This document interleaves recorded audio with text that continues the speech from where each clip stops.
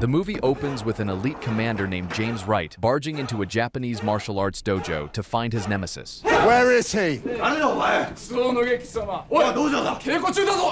That man in that photo. My father.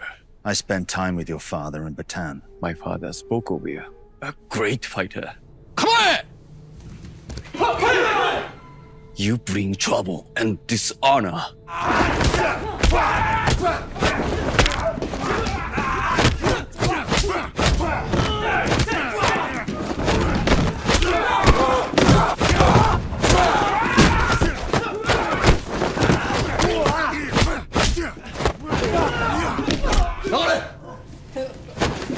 What is it you've come here for? We are then shown how it all began in 1942 when James was being chased by an enemy plane and was then shot down. The Japanese army is finishing their 3-month death campaign to overtake the last strongholds in Asia. James is shown dragging his comrade from the water, and as he looks up, he sees another plane crashing down near his position. When the sun rises, the Japanese soldiers begin their search to find if anyone survived.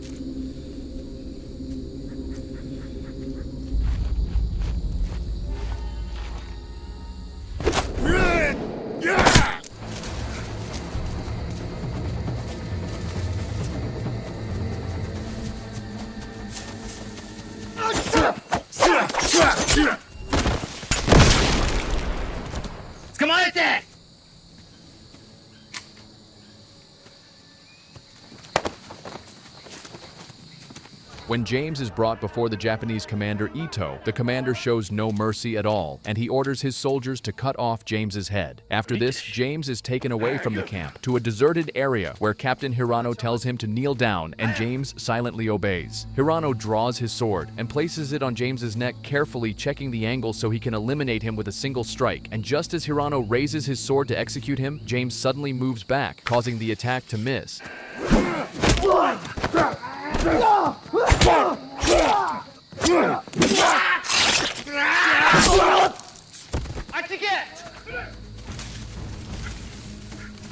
The Japanese soldiers soon start chasing him again and manage to find him, and in his panic, James falls into a trap they had set, and his knife slips out of his hand and falls to the ground, leaving him trapped. James is captured and is taken back to the camp where the commander angrily asks why he is still alive, and the captain explains that James tried to escape but was caught in their trap. When the commander learns that James eliminated several soldiers along with Captain Hirano, he completely loses his temper. James Wright, Corporal Hirano, was like a brother to me. My sincerest condolences. Tomorrow, you die. The captain offers to eliminate him immediately, but the commander refuses, and he says that James is not afraid of death, so they must do something that has never been done before. He plans a fight for the next day, where James will be tortured and eliminated slowly, so his death becomes a lesson for the other prisoners. James is then locked in his cell under 24-hour guard in the camp, which holds many other prisoners like him, and many of them have already died because of severe torture. That night, the prisoners talk among themselves, and one man tells James that even though they are prisoners, they still follow military discipline inside the camp. There are strict rules everyone must obey, or survival becomes impossible. And he also mentions that they still have their own commander, who is kept in a different cell, and will meet James the next day. James replies that he is not sure if he will even be alive by tomorrow, because the Japanese have threatened to eliminate him. And when the other prisoners learn that James eliminated 3 men, including a captain, they are left shocked and silent. I already killed 3 of Ito's men that he knows about. You're better off going on the march. Anyone strong enough to work, stay here. Well, what do we know about this other camp? Once you do make it, God only knows what's happening to them. Just better hope it's a clean beheading. Sometimes it takes more than one swing to finish a job. All the prisoners are brought outside, and on Commander Ito's orders, a soldier walks toward James with a sword, and James believes this is the end for him, but instead of eliminating him, the soldier unties his hands. Then James and 3 other prisoners are taken into a fighting ring, where Ito announces that these 3 were caught hiding food in their cells, and to stop others from doing the same, they must be punished, and he calmly sits down as if he is about to watch a show. An example must be made.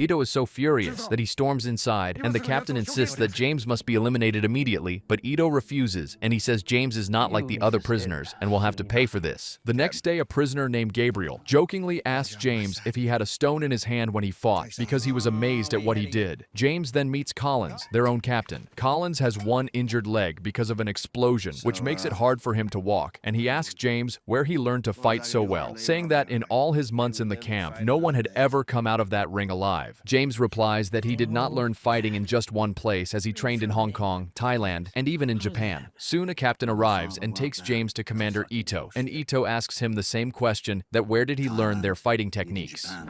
Chisel. You are a skilled fighter. I've trained many places. This belongs to you. Yes.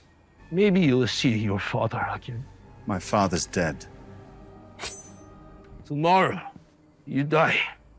Let's go, Britt, you're up. Do you like a drink? No thanks. Let's get this done.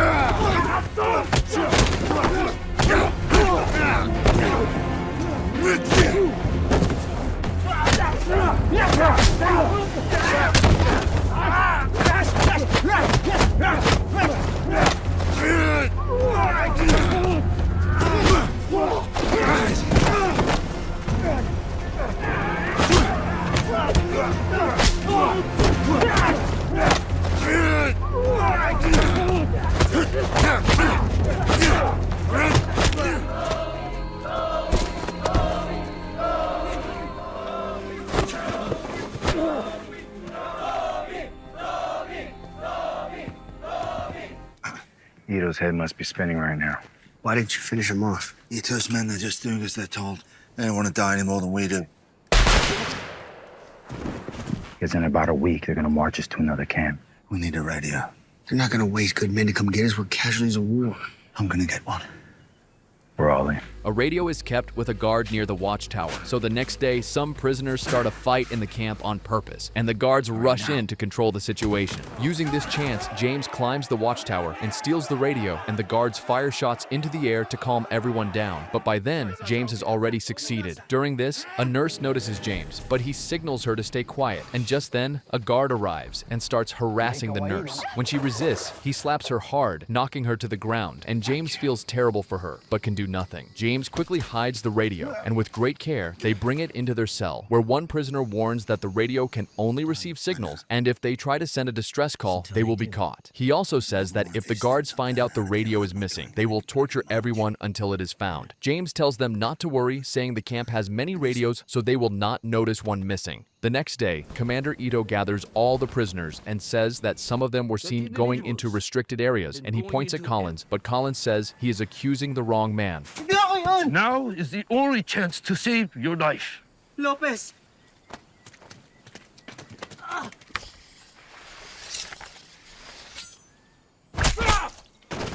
Let this be a lesson. Those boys found their way outside the fence without getting caught. Mind your business. Look, tell me. Maybe they did. It's not hard to get out of this place.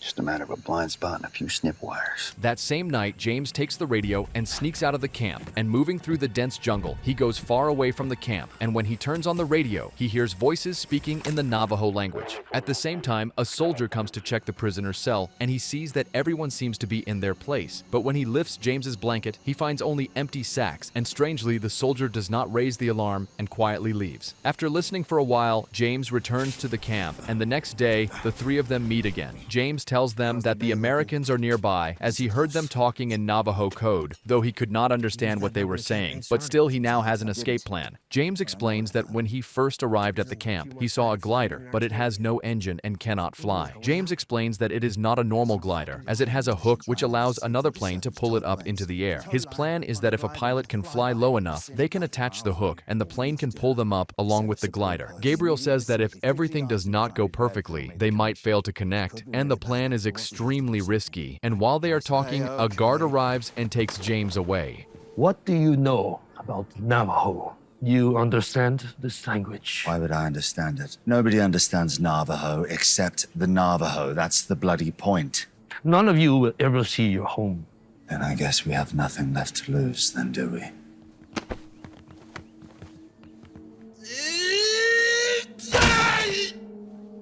An attack is mounting! The Americans are still close! Fight on this. It will help.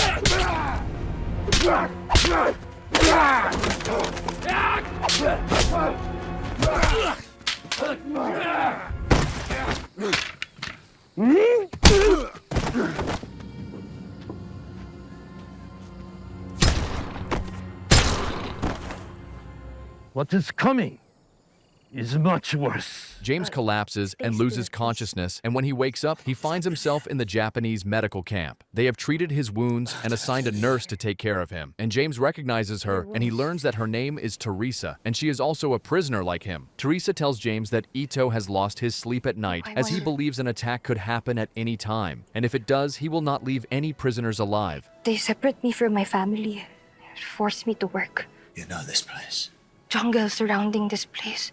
You may rest now.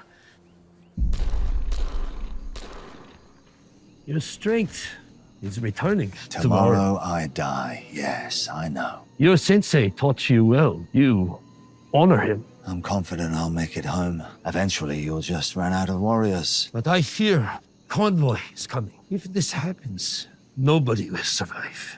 Later, James returns to his fellow prisoners who are relieved and happy to see him alive, and one of them tells James that while he was in the medical camp, American planes flew over the area, and it becomes clear that the Americans are very close. All they need now is to contact them using the radio. They know it is risky, and if they send a signal, they will be caught, but it is the only option left. That night, James and Gabriel sneak out of the camp again, and after going a short distance, a guard spots them, so they quickly take care of him. As soon as we send that transmitter, Jeff's gonna know.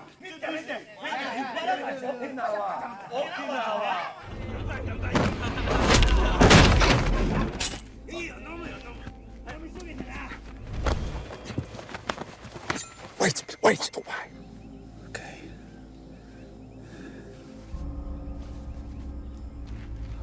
Go, Tiano. Okay, move back. Go. The next day, Ito gathers all the prisoners and announces that some prisoners broke their barracks and attacked the guards the previous night. He says this could not have been done by just one person and demands that everyone involved step forward. James sees that Collins has been badly tortured, so James steps forward and says that they have the wrong man, as it was him who attacked the guards. Ito says he is pleased that James admitted the truth, but adds that James was not alone, and he then brings another prisoner forward and orders James to eliminate him, and Ito promises that if James does this, he will spare his friend's life. Kill him. I will not.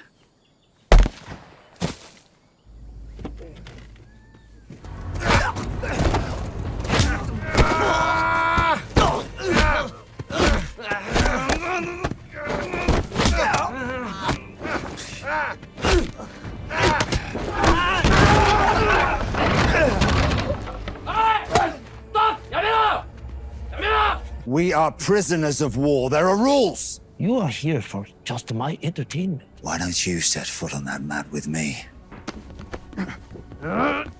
Let's finish this now! Do something!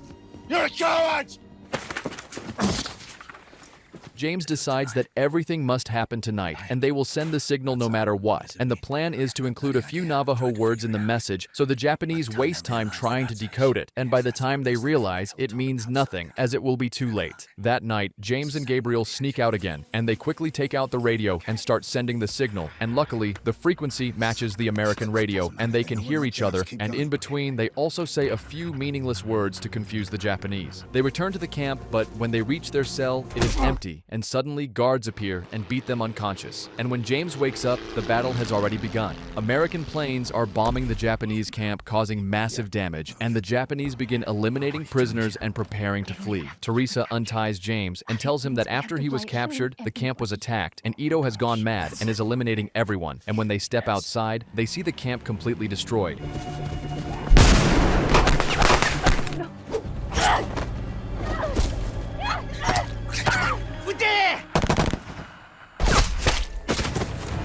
Contact!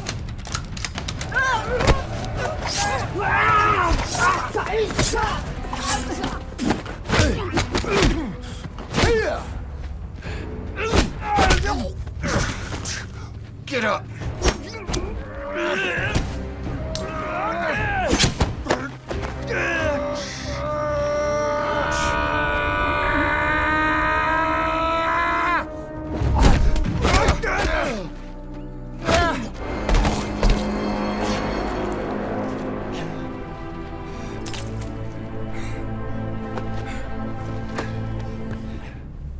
Nowhere to run now.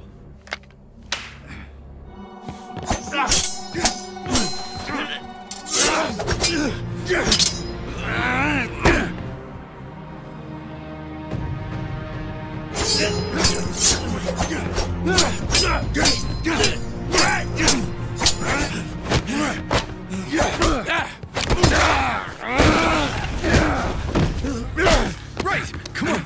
No! Here we go! No!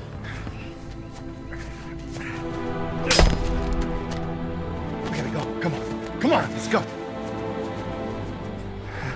The survivors reach the glider, tie it with ropes, and prepare a strong hook, and they get inside. An American fighter plane flies low, drops its hook, and comes dangerously close, and this is their only chance. And the hook locks perfectly onto the glider, and the plane pulls them away to safety. They finally succeed and escape the camp. However, not everyone in the camp is that lucky, and James promises himself that one day he will come back and rescue the others. 8 years later, after World War II ends, James returns to Japan, and he comes to meet Ito because their unfinished business still remains. My father passed away last year. My condolences. Wait! I want to see. If you insist.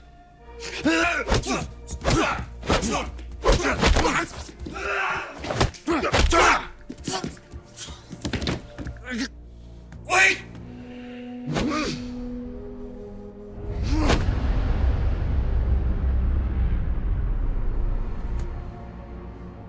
I believe this belongs to you.